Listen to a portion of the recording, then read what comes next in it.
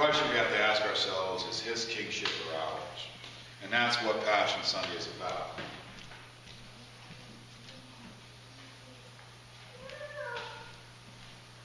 Within 7 days' time, these branches celebrating the entrance of the king will turn into betrayal. These branches, which were to signify what was a hope for a Messiah that would deliver them from all their troubles, will turn into iron nails that will pierce hands and feet. They will turn into an iron spearhead that will pierce a man's side. They will turn into hawthorns twisted into a crown piercing a man's skull. They will turn into leather that has bits and pieces of bone and metal that will lash at a man's side and pull parts of his flesh away. They will turn into rods that will beat him, and they will turn into a cross that he will have to bear underneath the weight of that, and walk that cross from the praetorium up a hill, only to lay it down and then lay down that cross himself. Whose kingship are we talking about here? The challenge that hits us, and should always hit us by the time we come to this point in Lent, is how much time have I spent on the throne? And how much time have I allowed him to spend on the throne in my life? And that becomes the question here. How much time have I spent on the throne? How much time have I spent it doing my way, my will, and my walking wherever it is that I will walk? How much of my life have I given over to my own pleasures, my own desires, rather than listening for him, listening for his pleasure, his desire? How might I please him? How much time have I spent pursuing my own vain pursuits and chasing the wind, as Solomon says in Ecclesiastes? How much vanity of vanities have I spent my time in? How much wasted breath have I had? How much hate have I spilled out of my mouth rather than love? How much have I twisted up things in order to justify my actions before others? How much have I taken away from when God says vengeance is mine? How many times have I thought, yeah, but you're taking a little while, so I'll handle this for you this time? How much time have I spent on the throne versus allowing him to spend that time on the throne in my life? That becomes the question. His kingship or mine? We are urged, as you guys know, Romans chapter 12, verse 2, verse 1. We are urged to present ourselves as living sacrifices. Here's the problem with a living sacrifice. It's a great quote. I got this from another priest at one point. He says, you know what the problem with living sacrifices are? That when you put a living sacrifice on the altar and they see the knife coming, they have a bad habit of crawling off the altar. They don't like the idea of actually ending up sacrificed. Our nature is one of not liking that. Most of the time. Let's face it. How many of us really like being obedient to somebody else? Anybody here have a natural little piece of rebellion in you? Anybody here have a natural tendency to kind of be super strong? I need to just do this myself. Okay, especially to the Y chromosomes here. All right, you know, gotta man up, dude. All right, yeah. I got this. Yeah. Famous last words. Okay. All right, but that's what our tendency is. That idea of actual obedience sucks. Okay, because it means we have to fight against all of our willfulness. We actually have to take ourselves and I don't want to say put yourself down, because that's the real wrong thing to do, all right? The idea up here, we prayed it earlier, that, you know, Jesus humbled himself. Okay? humble himself. Did Jesus actually take the stuff and start whipping himself? Did we see Jesus? No, Jesus did not do that. That's not what humility means. Okay? Humility is not about you making yourself out to look all this bad. It's not about you sitting there saying, oh, I'm a sinner, I'm a really bad sinner. No kidding, all right? Get over it. We all are. Okay? That's not what the humility piece is about. The humility piece is about obedience. What did Jesus pray in the garden? Not my will, but yours. Did Jesus want to get crucified? No. I know it's going to come as a shock. But the truth of the matter is, he didn't like the idea. Okay? 3 times he asked Dad to change his mind. 3 times Dad says, sorry, son, this is the way we put it in motion from the beginning. We really got to go through with this. 3 times Jesus had said, listen, I really would like it. There's some other way. I mean, last minute, let's do that whole Abraham thing with Isaac, where in the last second there's a goat in the thicket or something like that. Hey, can we do that one? No, it's got to be you. You've got to go to the cross. I'm not trying to make light of it, guys, but I'm trying to put this into perspective. Way too often, if we get caught up in fears, if we get caught up in doubt, we start to put ourselves down and we start to think about how bad of a Christian we are. No, you're being a real Christian at that point.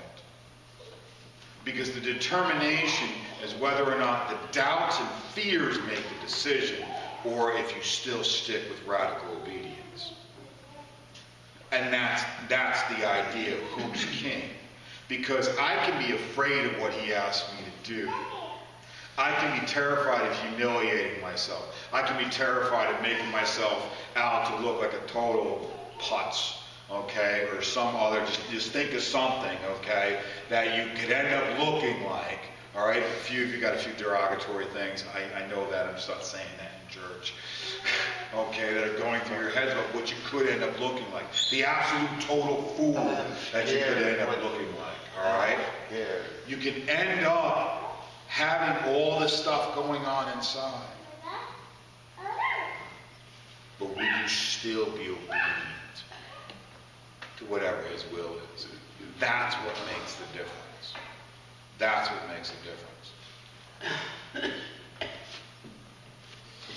I've shared this example before, but I'm going to repeat it because I think it applies here. There was a friend of Jamie's who had passed away a couple of years back. Now, this friend was an iron worker, and he had died from a horrific accident that had taken place. They were doing a memorial service for him. They were doing a memorial service, which was in iron workers' language. That means there's a lot of alcohol, a few funny-smelling cigarettes going around, and probably some other stuff taking place. One of the iron workers got in touch with Jamie and says, well, Jamie, you're playing in a new band nowadays, right? And she goes, yeah, we are. I am. Oh, cool. You guys want to come and do some music for a little while for us? We're going to have some people there. And, just be kind of nice. And she goes, well, you do realize we're a Christian band, which means we play Christian music. Oh, that's all right. That's okay. That's cool. Come on, do that. So we showed up. I got out of my car. There's 2 kegs in the garage. I get hit with this big cloud of marijuana coming past my nose. There's all the different liquor bottles are all, and everybody, this is about 1 o'clock in the afternoon, and everybody is already completely fully in the bag, so to speak. Okay? I don't think there's a sober mind on the property at this point. And all of a sudden, the fear hit. Here I am,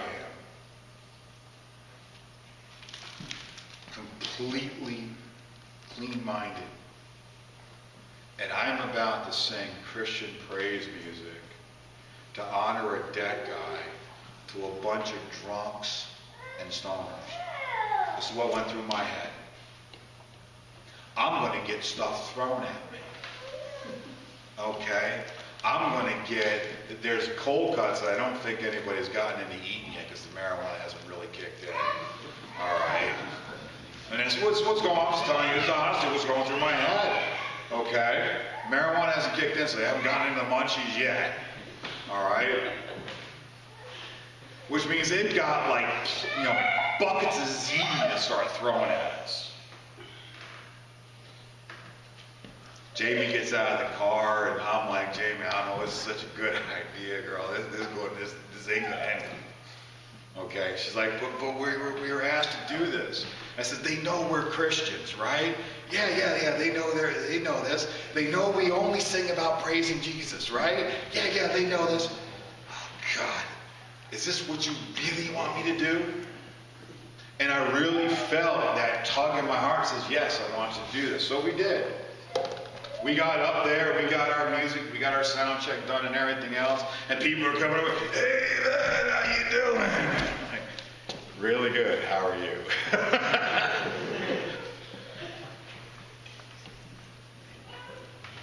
We did one or two songs, which are some of the quicker ones that we do, just to get those out of the way.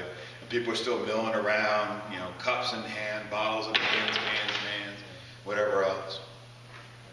And we stopped, and we said, listen, this is who we are, this is what we do. We were asked here because you have lost a couple of people over this past year, and you guys are really struggling with that. And I know you guys are going to deal with it in your own way right now, but I want to offer up for us to deal with it in our way. And on the spot, we asked everybody to bow their heads and pray. And there's about 20, 30 drunks that ended up joining us in the Our Father. It's the only time I've ever ended it with an amen as people are raising glasses of beer, but hey, it worked. And we went back to doing our music. And by the time we got done doing our music, there was not one, to my shame, there was not one roll that got thrown at me. The ziti remained intact. The salad remained where it was. No rotten tomatoes came flying my way. And instead of people hissing and booing and being nasty, there was a bunch of people that I saw all of a sudden with kids that were now sitting on the backs of the pickup trucks. And a few folks that just sat down, drinks in hand, just listening.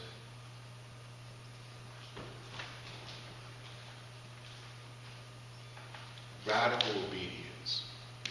It's okay to be afraid. It's okay to even question it. It's okay to ask, are you really sure this is what you want me to do? It's okay to give Father God that pushback as long as when he says yes and he confirms it, that you follow through on it. That's what matters. Because that's where the change comes in, and that's where his working in your life is going to make all the difference in the world.